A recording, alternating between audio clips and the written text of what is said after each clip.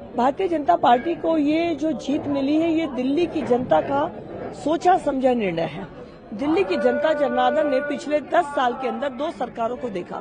एक सरकार उन्होंने देखी जो केंद्र में काम कर रही थी 2014 से प्रधानमंत्री नरेंद्र मोदी जी के नेतृत्व में, जो 11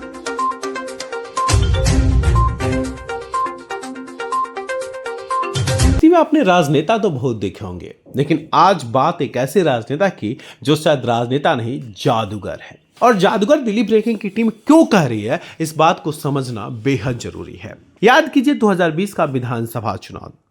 पश्चिमी दिल्ली से 2020 के विधानसभा चुनाव में पश्चिमी दिल्ली लोकसभा से भारतीय जनता पार्टी को कोई भी सीट नहीं मिला था। 10-0 का आंकड़ा था। लेकिन ठीक 5 साल बाद 2025 के चुनावी परिणाम ने इस बात को साबित कर दिया कि कुशल नेतृत्व किसे कहते हैं।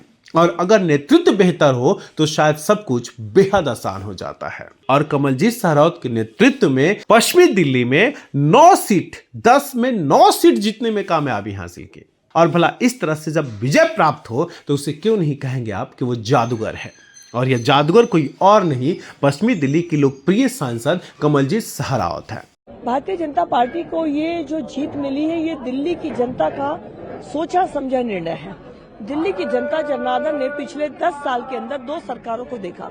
एक सरकार उन्होंने देखी जो केंद्र में काम कर रही थी 2014 से प्रधानमंत्री नरेंद्र मोदी जी के नेतृत्व में, जो 11वें नंबर से 5वें नंबर पर अर्थव्यवस्था पहुंची। सोशल वेलफेयर स्कीम्स को बढ़ाया गया, लोगों तक डायरेक्ट पहुंचाया गया। एक तरफ थी वो सरकार जो दिल्ली में लगातार झूठी बात कर रही थी, और दिल्ली में आज गली नाली सड़क की हालत इतनी खराब थी कि लोगों का उनके ऊपर चलना बहुत दूभर था।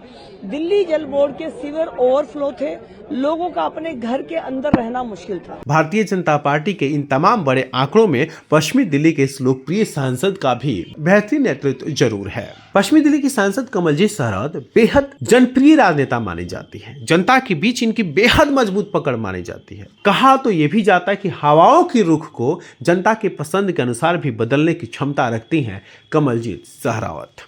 तभी तो इन्हें कहा गया है जादूगर सांसद। दिल्ली ब्रेकिंग के लिए अनुज मिश्रा की रिपोर्ट।